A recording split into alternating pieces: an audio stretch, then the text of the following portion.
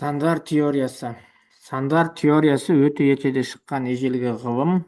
Оның оның іргесі ұлы грек математика Евклидтің еңбектерінде қаланған. Сандарды жұп және тақ, жай және құрама, натурал, бүтін, рационал, нақты деп әртүрлі топтарға бөліп көрсетуге болады. Үш таңбалы натурал сандарға тоқталсақ, олар 100-ден 999-ға дейінгі 999-ды қоса алғандағы сандар.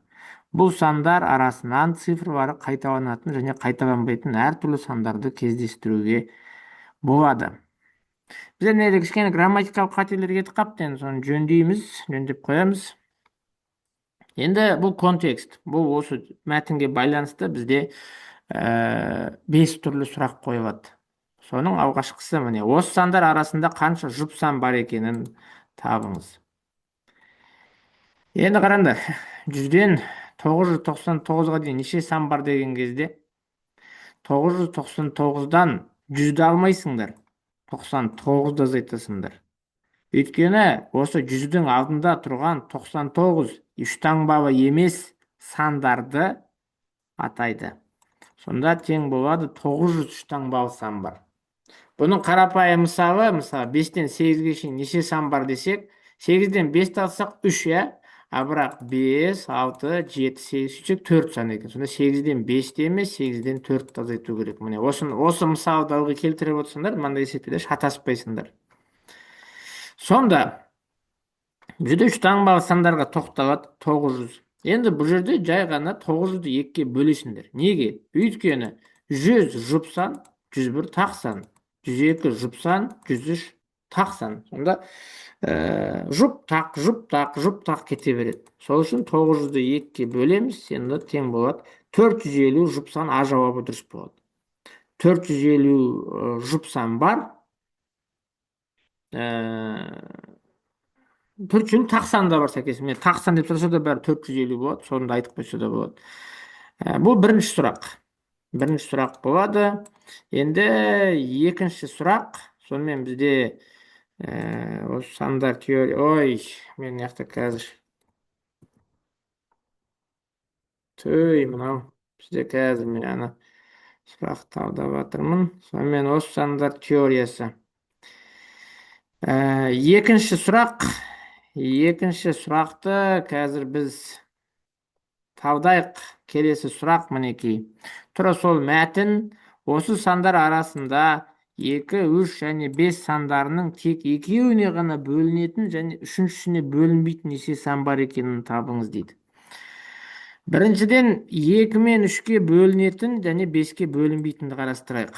Сонда мінекей 2-ге бөлінеді, 3-ке бөлінеді, бірақ 5-ке бөлінбейді. Ол қалай болады? Ол бізде былай болады ғой. 2-ке де 3-ке де бөлінетін сан, ол 6-ға бөлінетін сан. Біз жаңа санадық, 903 таңбалы сан бар. 900-ді 6-ға бөлеміз. Сосын мынандай қоршау қоямыз. Бұл қоршаудың мағынасы бүтін бөлігін ал деген сөз. Ал 900-ді 6-ға бөлсек 150 шығады. 150 бүтіннің бүтін бөлігі 150 болады. Сонда 150 сан 6-ға бөлінеді. Бірақ оның ішінде 5-ке бөлінетіні де бар, 5-ке бөлінбейтіні де бар. Оны қалай істейміз десек, мында азайтасыңдар. 900 бөлу 30. 30 деген 6 мен 5-тің 2-есі. Сонда анау 6-ға бөлінетін сандардан 6-ға да 5-ке де бөлінетін сандарды алып тастаймыз. Сонда 900-ді 6-ға бөлсек, бізде 150 сан шығады да. Содан азайтамыз. 900-ді 30-ға бөлсек 30. Оның ішінде 30 сан 6-ға да 5-ке де бөлінеді. Сонда 120 сан. 120 сан 6-ға бөлінеді. Яғни 2 мен 3-ке бөлінеді да, 5-ке бөлінбейді. Мінекей. Осы. Енді қарастырайық. 2-ге бөлінетін, 5-ке бөлінетін, бірақ 3-ке бөлінбейді. 5-ке бөлінетін, бірақ 3-ке бөлінбейді. 2 мен 5-тің 2-есі 10 болады. Сонда біз 900-ден азайтамыз. Қаншаны азайтамыз 900-ден? Бірақ біз қазір шатасатын сияқтымызшы мына жерде, өйткені 120 саны 2 мен 3-ке бөлінеді да 5-ке бөлінбейді.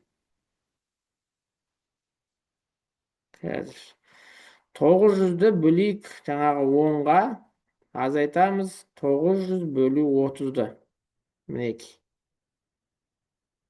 900 бөлу 30. Сонда үшеуінің де екі ой иесі болып тұр ғой. 900 бөлу 30 деген 120.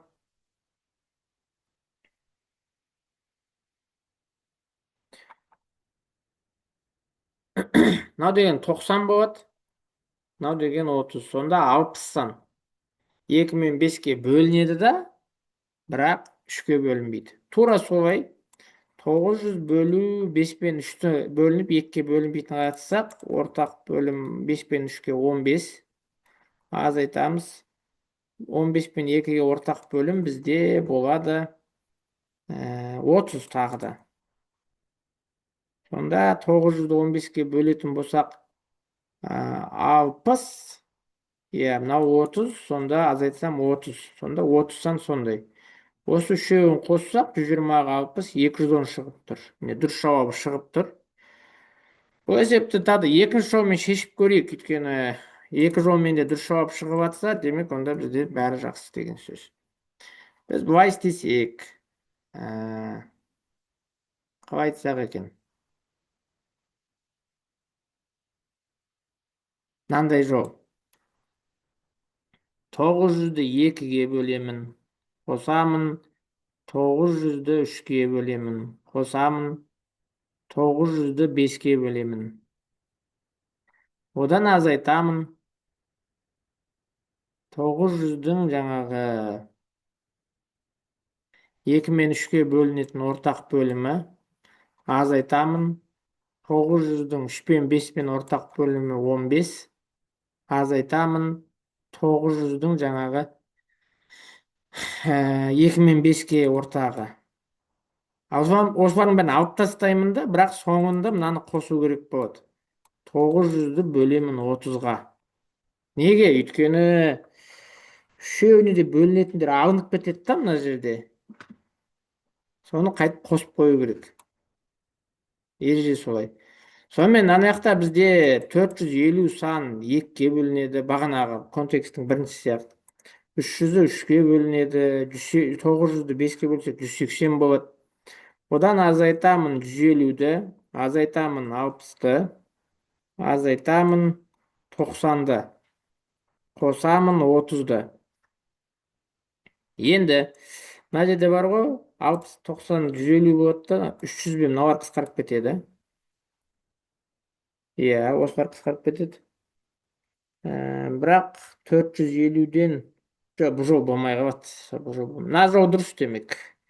Мына жол нақты, мына жол болмай қалады. Осы жол дұрыс. Енді әрі қарай жүрейік.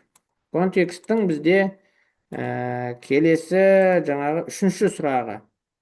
Үшінші сұрағына келсек, осы сандар арасында соңы 6-ға аяқталатын қанша сан бар екенін табыңыз дейді. Енді соңы 6-ға аяқталатын болса, бүйтіп 6 мында 2 орын қоямыз. Мына жерге 9 түрлі цифр қоюға болады. Өйткені 0-ді қоюға болмайды, қалған цифрдің бәрін қоюға болады. Ал мында 10 түрлі цифр. 0-ді де, 9-ды да. Бұл жерде 6-ны да қоюға болады, өйткені цифрлар қайталанбасын деген шарт жоқ ешқандай. Ана жаққа тек қана 6-ны қоюға болады. Көбейту 1. Сонда бізде 90 түрлі сан шығады. Жауап осы. Одан кейін келесі бізде 4-ші сұраққа келейік. Осы сандар арасында 3-ке немесе 4-ке бөлінетін қанша сан бар екенін табыңыз. 3-ке немесе 4-ке. Бұл жерде тура бағана қатысты 900-ді 3-ке бөлеміз бүтіндей. Қосамыз 900-ді 4-ке бөлеміз бүтіндей.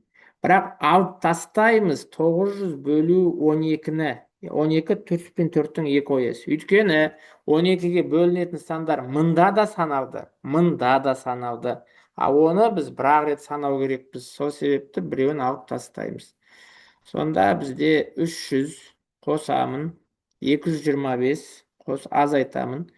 900-ді 12-ге бөлетін болсақ, бізде 900 бөлі 12 75 болады екен.